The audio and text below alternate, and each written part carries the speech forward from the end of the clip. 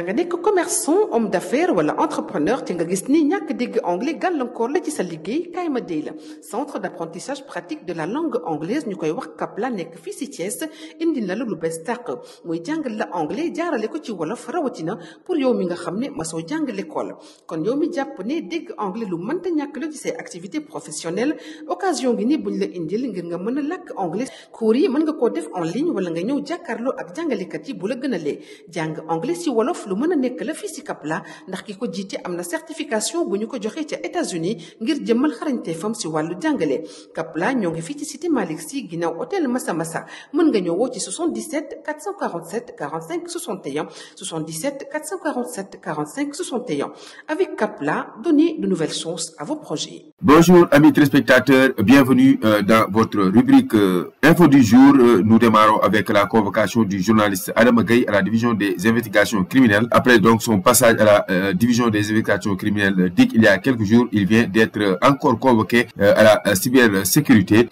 C'est un rapport donc avec la plainte de Abbas Fall, nouveau ministre du Travail, sur l'affaire Azer, renseigne Adama Gaye. Alors ici, inspecteur Diallo de la cybercriminalité, êtes-vous monsieur Gaye?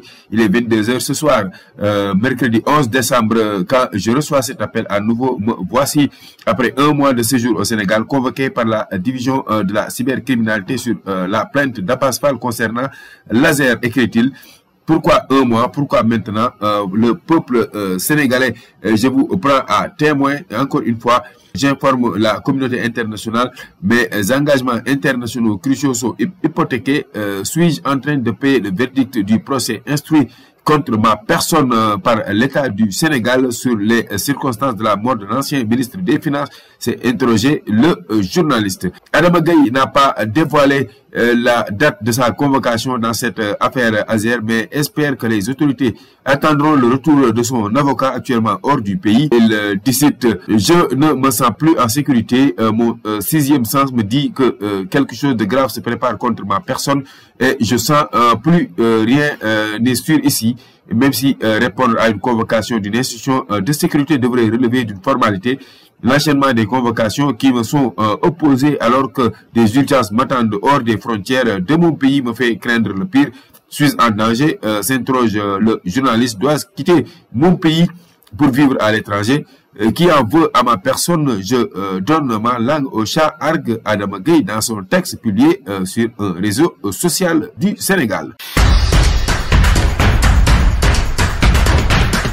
Radié de l'Assemblée nationale, Barthélémy Diaz manœuvre en coulisses.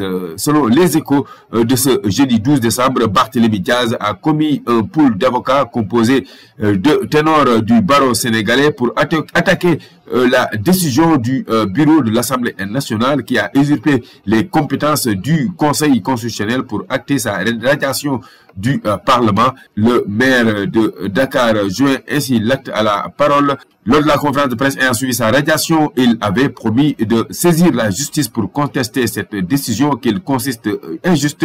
La tête de liste nationale de la coalition Kassam Moussa Kadou aux dernières législatives a perdu son mandat de député à cause de la condamnation dans l'affaire Ndiaga Diouf. Son siège est désormais occupé par Pape Djibril Fall. Et puis nous parlons de l'affaire Pentimi. La famille de Thione Seck empoche 100 millions de francs CFA. Feu Thione Seck a remporté le bras de fer qui l'opposait de son vivant à Alioune Badara Diagne. Le différend était relatif à la boîte de nuit Pentimi où le défunt chanteur avait l'habitude de se produire. Selon Libération, la première chambre civile de Dakar a loué aux héritiers de l'artiste 100 millions de francs CFA à titre de dommages et intérêts. Le journal précise que Alioune Badara Diagne a été condamné à payer cette somme et débouté de sa demande reconventionnelle.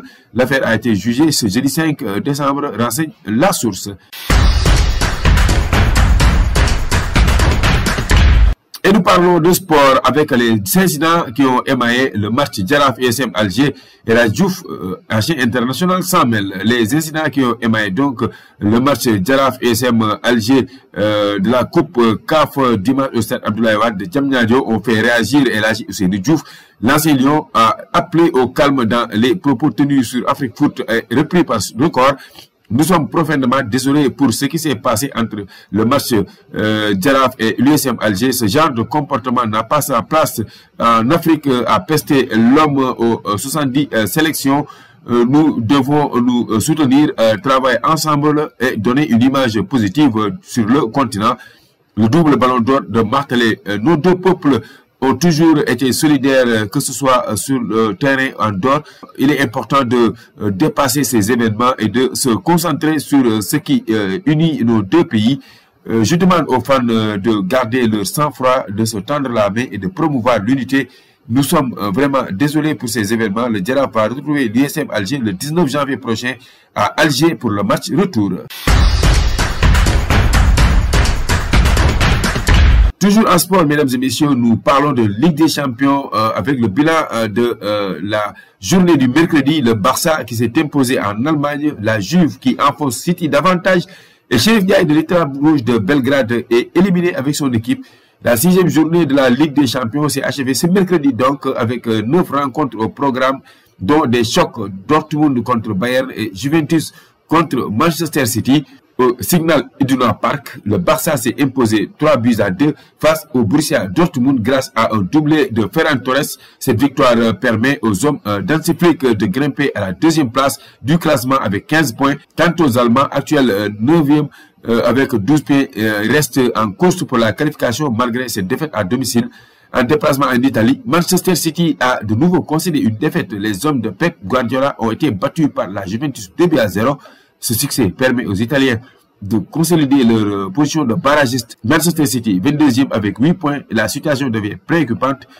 C'est leur 3e match consécutif sans victoire en Ligue des Champions.